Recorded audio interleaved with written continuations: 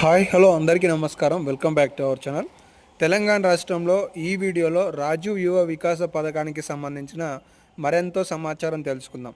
అంటే latest updates ఏమున్నాయి, ఈ పథకాన్ని ఎప్పుడు ప్రారంభించబోతున్నారు, అలాగే అభ్యర్థులకి ఫోన్ కాల్స్ వస్తున్నాయని చెప్పేసి చాలామంది కామెంట్ చేస్తున్నారు.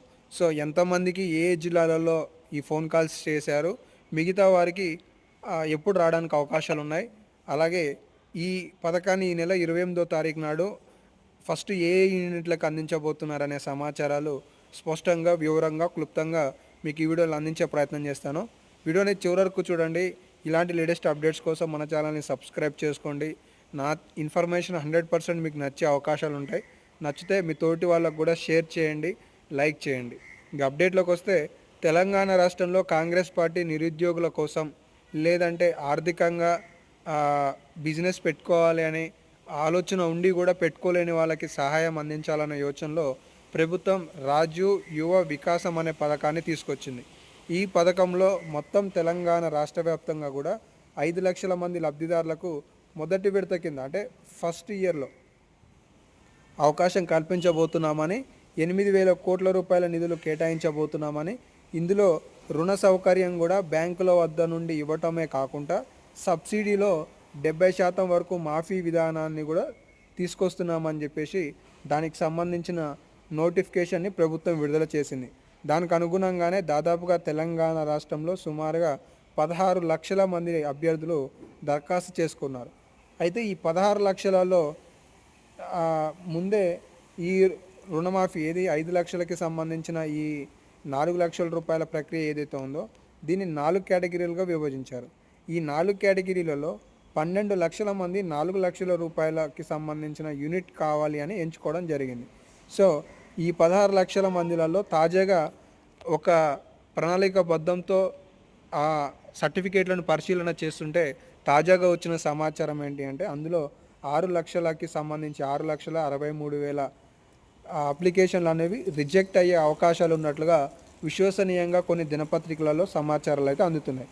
సో దానివల్లనే, అంటే సిబిల్ స్కోర్ వల్ల కొంతమందికి ఈ అప్లికేషన్ రద్దు అవుతున్నట్లుగా తెలుస్తుంది.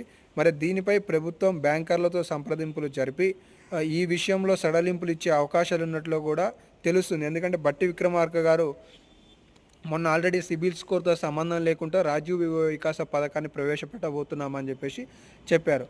కానీ మళ్ళీ సిబిల్ స్కోర్ ప్రామాణికం కాబోతుంది అనే స్టేట్మెంట్లు వచ్చాయి. అయితే వాస్తవానికి ఈ పథకాన్ని జూన్ 2వ తారీఖు నాడే ప్రారంభించాలి. ఆల్రెడీ మే 28వ తారీఖు నాడే ఫైనల్ లిస్టులు కావడం, గ్రామ పంచాయతీలకు వాటికి సంబంధించిన పూర్తి స్థాయి అర్హతలకు సంబంధించిన జాబితాలను కార్యదర్శులకి పంపించడం లాంటి కార్యక్రమాలు కూడా జరిగినట్లుగా తెలిసింది. కానీ హఠావుటిన జూన్ 1వ తారీఖు నాడు ఈ పథకాన్ని వాయిదా వేసిన ప్రభుత్వం మళ్ళీ ఎప్పుడు ప్రారంభించే అవకాశాలు ఉన్నాయనే ఆలోచనలో చాలామంది ఉన్నారు. అయితే ఈ పథకం అనేది దాదాపుగా 3 నెలల సమయం పట్టక తప్పదు అనే సమాచారం అయితే తెలుస్తుంది. బహుశా అక్టోబర్ 2వ తారీఖు నాడు ఈ పథకానికి శ్రీకారం చుట్టే అవకాశాలు ఉన్నట్లుగా ఇక్కడ మీరు అర్థం చేసుకోవాల్సిన అవసరం ఉంది అనేది అయితే తెలియజేయదలుచుకున్నాను. ఎందుకంటే ఒకటి, తెలంగాణ రాష్ట్రంలో 9,000 కోట్ల రూపాయల రైతు భరోసా పథకాన్ని 4వ సీజన్కి సంబంధించి కాంగ్రెస్ పార్టీ అధికారం చేపట్టిన తర్వాత 4వ సీజన్ని జూన్ 16వ తారీఖు నాడు ప్రారంభించడం జరిగింది. ఇప్పటికే 5 రోజులలో దాదాపుగా 7,300 కోట్ల రూపాయల నిధులను సుమారుగా రైతుల ఖాతాలలో జమ చేసింది.